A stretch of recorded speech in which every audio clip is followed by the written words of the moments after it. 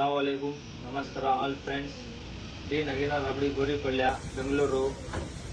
ಇದು ಅಕ್ಕಿ ಇವತ್ತು 11:53 ಆಡಿದೆ.